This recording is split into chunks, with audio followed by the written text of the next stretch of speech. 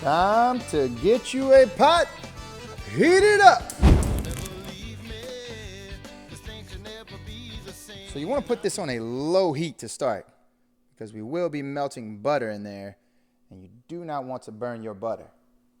Now off to the side, we're heating up a pot of water. We will be boiling some pasta in this one. Now over at the prepping station, we get to the stars of the show. So what I have here is roughly 2 pounds of crawfish that I previously boiled. So these are seasoned very well.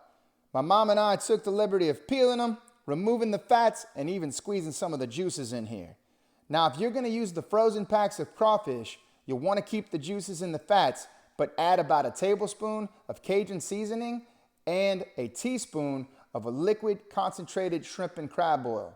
Now, make sure you get the Louisiana brand, or at least ones that are manufactured in the good old US of A.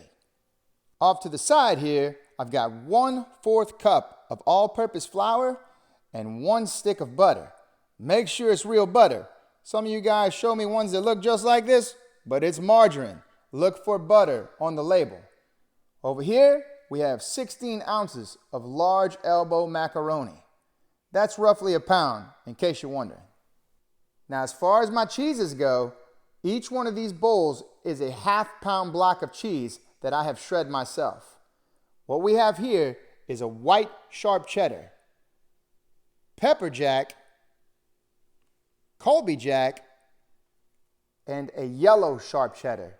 Now this one I'm going to use to sprinkle over the top of the macaroni and cheese.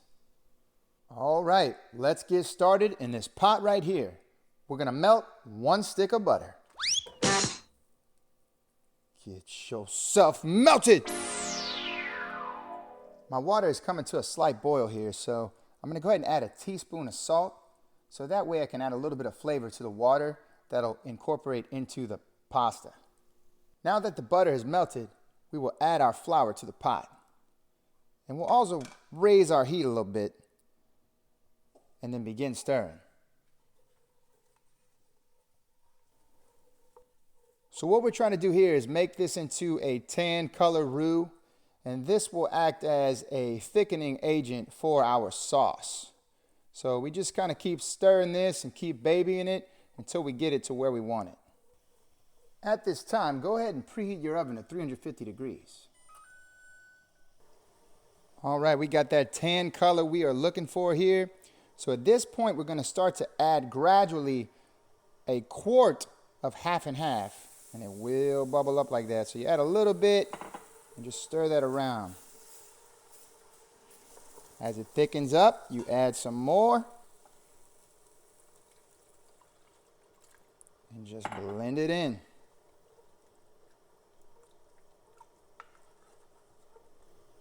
This here in the culinary world is known as a bechamel, or a white gravy. So if you ever wanted to know how to make white gravy to put on your biscuits, your pork chops, your country fried steak, what have you, here it is. That's it. You add to use some salt and pepper and bam, you're good to go.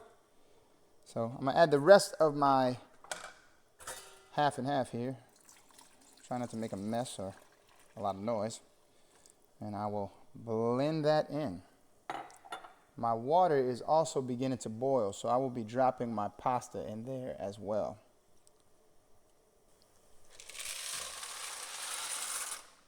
There we go. You want to stir that around too, because you don't want it to stick to the bottom in the beginning. We're going to boil this for about 8 minutes, which is about a minute less than the lower of the package directions. I don't want to cook these too much because it's going to finish off in the oven. I'm going to bring this to a slight boil. That'll help this thicken up a little bit. As soon as you start to see some slight bubbling, lower it back down to a simmering heat. And then start working it from there. You'll hear it, watch. See, it's a little thick because it's, it is dairy and roux, so it makes it a little harder for water to evaporate, so that's why it makes that sound. But as you can see, it's getting a little thicker here, just stirring it. Water's evaporating. It's going to be perfect. All right, ladies and gentlemen, I have drained the noodles into a plastic strainer here because, you know, they're very hot, and if it's sitting on metal, they'll probably continue cooking. So we're just gonna let this sit here until we need it. All right, so this has gotten to a good consistency that we're looking for here. I've been stirring it probably for about 10 minutes now. You can go longer. I mean, you know, get it to a preference that you would like. If you like a thicker, you know, sauce here, then go longer and more water will evaporate. But I like about this consistency because we're going to add the cheese in at this point, and it will thicken up some more. So we're going to start with our white cheddar. Bam. And I'll go ahead and scoop that. Go ahead and mix that around. Just melt that in there. Next, we will add in our pepper jack. Same procedure. Blend it in.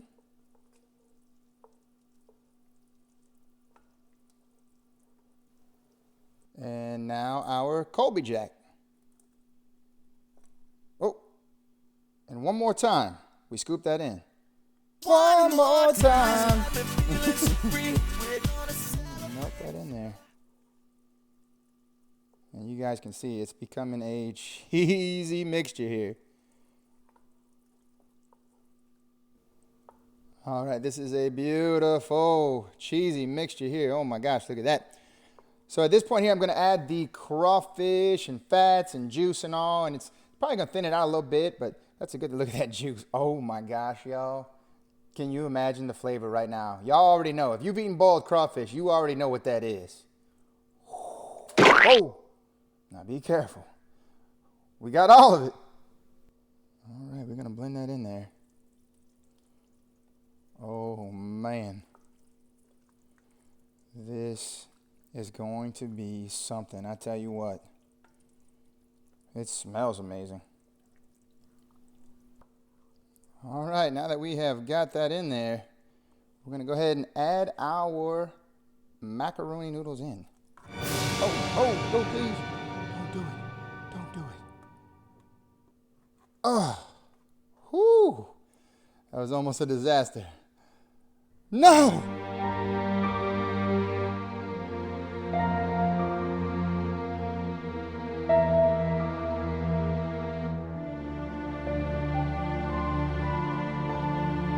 We got it. We're going to gently fold this in there. So all that cheese sauce and crawfish flavoring get all up in these noodles. Now look, if you guys want to use the smaller macaroni noodles, feel free. I like to go with the large elbow because I find the cheese sauce can really get up in there. So just go ahead and continue folding this and we'll go from there. I just want y'all to take a look at this. Oh my gosh, look at that. That yummy crawfish. The cheese sauce is blending all over these noodles. Bruh.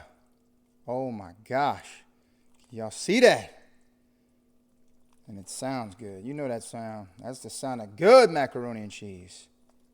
Paya! So turn your fire off at this point. We don't need to have it on at all anymore. All right, ladies and gentlemen. So what I have here is a large 9 by 12 baking dish. It's very deep. If you are going to do the amount I did, you will need something of this size or something a little wider if it's not as deep.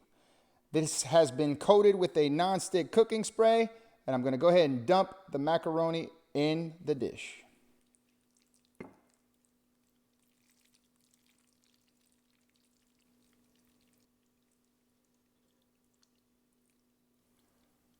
Okay. We have the crawfish macaroni and cheese in the dish. And at this point, we're going to sprinkle across the top our sharp cheddar cheese. Now, I have a half-pound block of sharp cheddar cheese here, but you can use however much you like. You know, if you want less than this, just do what you want as far as your desired amount. And also, I know there's going to be people out there that are going to go, wait, no eggs? Now, look, I get it. I know you've made macaroni in your day using eggs. Hey. Do your thing if that's what you like to do. I'm going to tell you right now, though, it's not eggs that make macaroni creamy. Eggs are used as a binder so that when you scoop it out, it can all be clumped together. I prefer it to stay kind of creamy, so I don't use the eggs. But listen, you don't have to follow this exactly to the T. You can always do what works for you. Trust me. Okay, now that we have sprinkled our yellow sharp cheddar across the top, I like to sprinkle some paprika over the top of this thing, which doesn't do a whole lot as far as flavor. It just kind of gives it a nice little appeal. So you don't have to do this, but like I said, I like how it gives it this like toasted look on the top, you know? So there we go.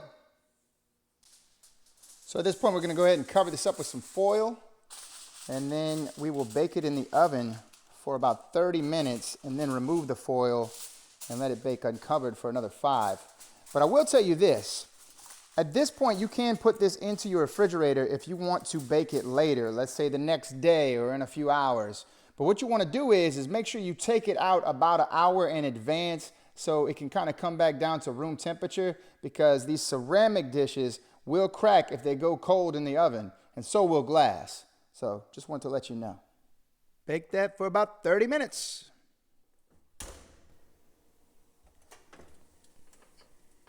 Do not try this at home. But yes, we're going to take that off. Woo, we're going to let that bake for another 5 more minutes. And we'll be good to go. Oh, there's my feet. We're done. All right, here we go. Look at that.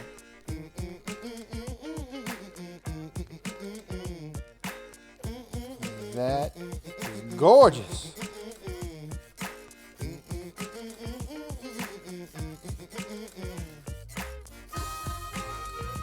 All right, so you're gonna wanna let this thing rest for about 10 minutes before you go scooping into it. For one, it'll kind of just bind itself together, and for two, you'll save your palate from getting scorched. Hold on. I'm dreaming of an Escalade, taking you on an escapade, a worldwide from Paris to Rome. Then we turn around and scoot back home. Hold up just a little while, then we're gone again. You better call your pops and oops, grab the kids, cause we rolling. I ain't joking. Been a minute since your boy been token. But HDTV don't mean that much to me, cause I got higher definition. And here we are. I'm actually bringing this over to some friends, so I just fixed me a little bit so I can give you guys a tasting. Take a look at that right there. Ooh, does that not look delightful? Oh man, it smells so good. I'm gonna tell you, you're putting yourself over the edge whenever you use the crawfish that's left over from a boil. And look, I know a lot of you are gonna go, leftover crawfish from a crawfish boil? Never heard of that. look, the way I see it is, if you ain't got leftovers, you ain't cooked enough, all right? So anyway, let's go ahead, let's dive in. I know this is gonna be exciting for a lot of you guys because my original macaroni and cheese recipe, I did not dive in. I just finished the video and ended it. So this is a real treat, I'm sure, for you and me, especially since there's crawfish in here, so.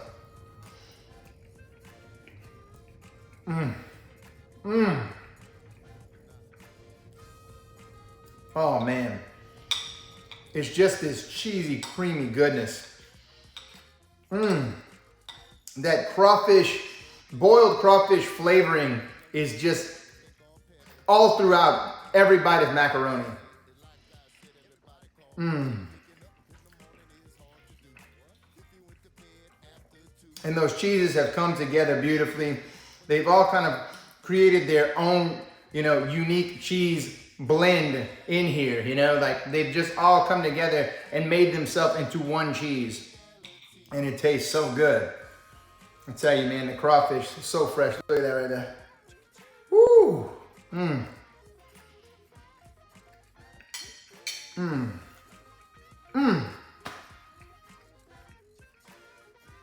Y'all gotta try that. And look, I know you're gonna have your qualms of not having boiled crawfish, but like I said, you can use that liquid crab boil concentrate, just a teaspoon of that, put it in your crawfish, and with a tablespoon of Cajun seasoning, and just mix it well, let it marinate for a little while, and that'll bring about great flavor into this. So I'm really happy with how this came out. Well, that is a wrap, ladies and gentlemen. We have knocked out crawfish, macaroni, and cheese. And I think you will be real pleased. You know what I'm saying? I hope you guys enjoy it. Give it a try. Let me know what you think. maybe change it up a little bit, add some jalapenos. You know, do what you want to do with the dish. Have fun with it. That's what I always like to say. You do you. Thank you guys for tuning in as always, and I'll see you soon. Paya! TV don't mean that much to me.